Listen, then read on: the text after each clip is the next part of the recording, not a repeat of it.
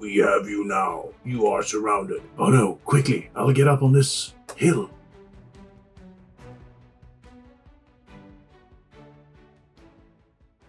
I made these hills way back when. I wonder if I can make better hills today. Fuck it. Let's make some better hill scatter terrain.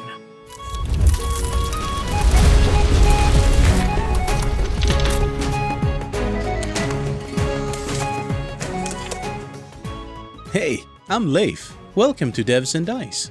Today I'm doing some new and improved hill scatter terrain from some scrap XPS foam from last week's project. Let's get to it. Alright, I'm gonna start by cutting out some MDF 3mm sheets into various organic shapes. I'm gonna have some pieces that are gonna be at the edges, some that are gonna be in the center and such. And I just use a Sharpie just to mark it out because I'm gonna be using a Dremel to sort of sand down these edges, just roughly. So going through all of, and I think it was all in all 14 of them. So let's skip to the lovely Swedish summer. As you can see, it's raining, but you know what? I did not let that stop me. And I don't have a garage or anything like that, so I had to go out on my porch. And this seemed like a great idea in the beginning. Then eventually, you know, I started realizing, wait a minute, why am I turning all sawdusty? But at that point, it was pretty much, you know, I was pot committed, so that's what it looked like.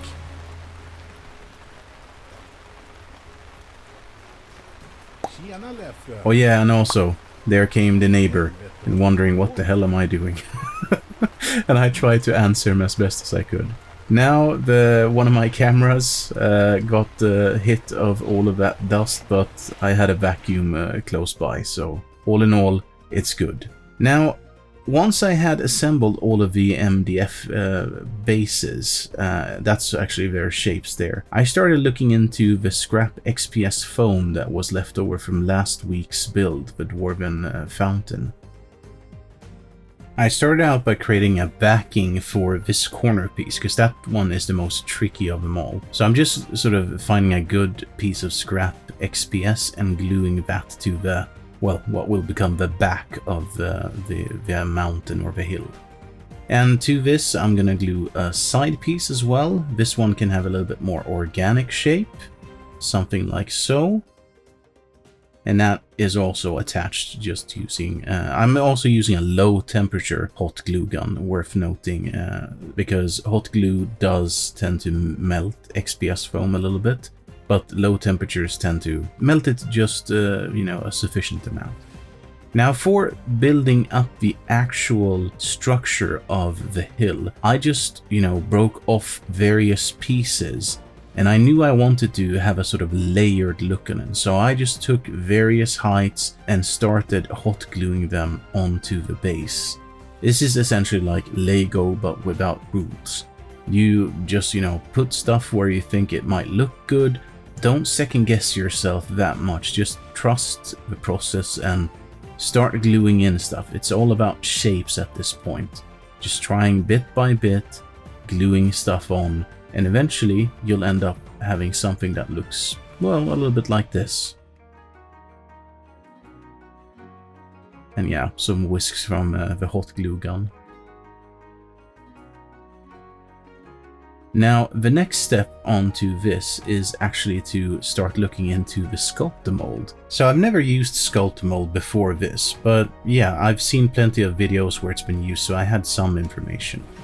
But I just sort of added it to a tub and then added some water and started stirring it around with a stick. The consistency you're after, is what I've heard, is about the same as cottage cheese. So I went with that and it worked out pretty good for me.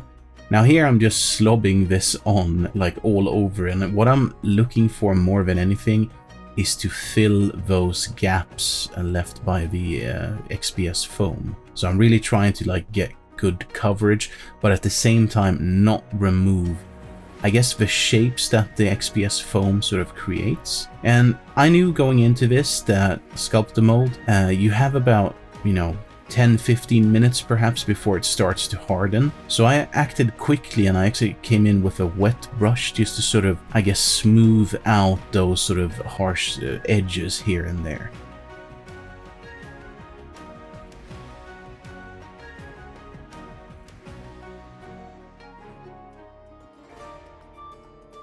Then I let it sit for about 10-15 minutes, and then I actually came in with a wire brush.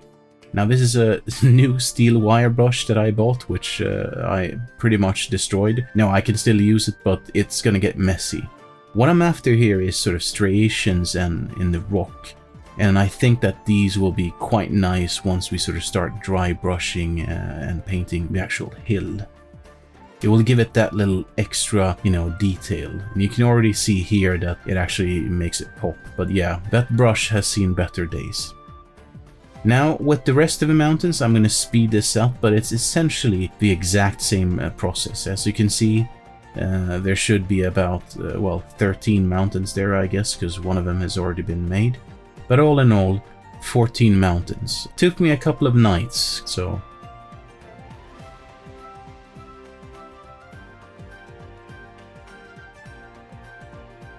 I let all of these dry thoroughly before I came in with Mod Podge and black craft paint mixture. Now I'm doing this just because I want them to be fully sealed so that, you know, no water can harm them.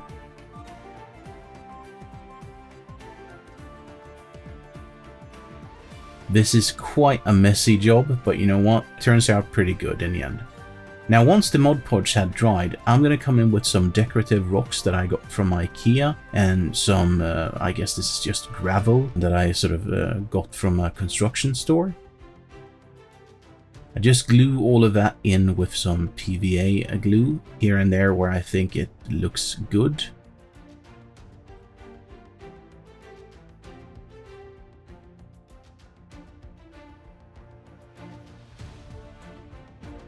Now once that has dried, then I'm going to come back in with a black paint. This is just black craft paint, nothing special about it, it's just matte and black pretty much. Now this I could have of course done, I guess, I could have done the Mod Podge after I did the rocks, but yeah, I didn't have enough foresight for that. And again, messy, but we're happy, so we're just chucking on.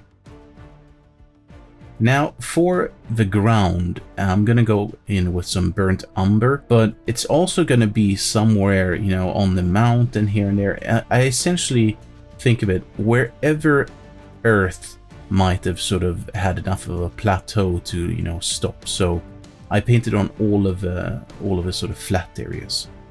Now, time for something I've done before. I'm gonna come in with a sort of, I think this is burnt sienna, and I'm trying to sort of increase the illusions of layers in the rock. And you can see I did this similar thing when I did my green dragon for the rocks there.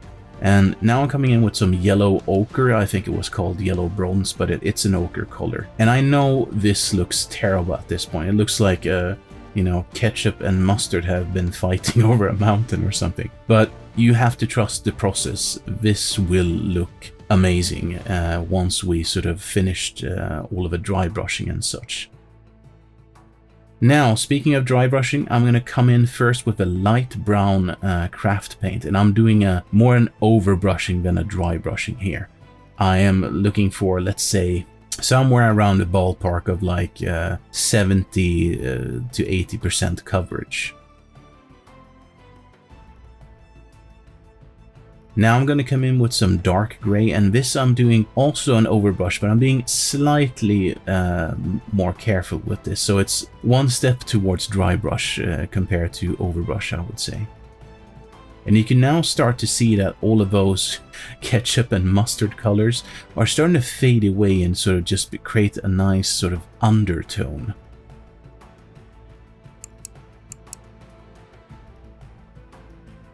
And this is actually what rock usually looks like. It is never just grey. Like concrete might be, fresh concrete might be just grey, but not rocks.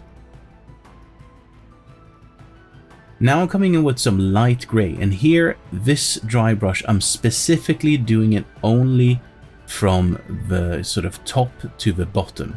This is supposed to, mimic the sun hitting the actual tops of the rocks or the hills. Now, obviously, up top, I just choose the direction and I go with that, but vertically, we're going from up to down. And this is sort of what it looks like. Here, it looks great, but it is a little bit too stark in the highlights, and we're gonna fix that soon. Now, I just took an old, well, it's not a toilet roll, we call it household paper, but it's a larger one that you use to in the kitchen and such. I cut that into pieces, and I'm putting all of the mountains on top of that, and then I'm coming in with my homemade black-brown wash, which is essentially just water, craft paints, and a couple of drops of dish soap. Now, this I come in very heavily with. I am after definition. I want to have that sort of gray back, and I want to bind everything together. Once that has dried, I'm going to come back in with some light gray. Now, this time around, I'm mostly looking at, I guess, the equivalent of edge highlighting a hill. Again, I'm coming from the top to the bottom, and this is what we have. I think they look pretty good already at this stage, but I knew I wanted to include, some vegetation, actually quite a lot of vegetation. So here I'm just coming in with some static tack PVA glue. I bought this because it's supposedly better, but honestly, I haven't really seen a difference between this and normal PVA glue, so whatever PVA glue you have will work. First, I'm coming in with some coarse turf medium flock, and this is the darkest of my shades that I'm going to be using, so I'm trying to focus this wherever moss or grass might have gotten the less amount of sun, so to speak.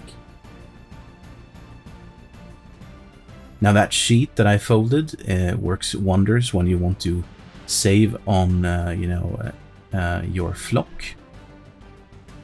And then I do the next step, which is coming in with a little bit of a medium green flock. Now I'm starting to sort of look at the places where this one is actually burnt grass. I'm starting to sort of place this wherever sun might hit quite often, and then shaking off the excess. And finally, I'm gonna come in with some light green coarse turf. And this one I actually sieved, which was a tip I got to do, and I've seen this in several videos, and it actually worked pretty darn good, I have to say.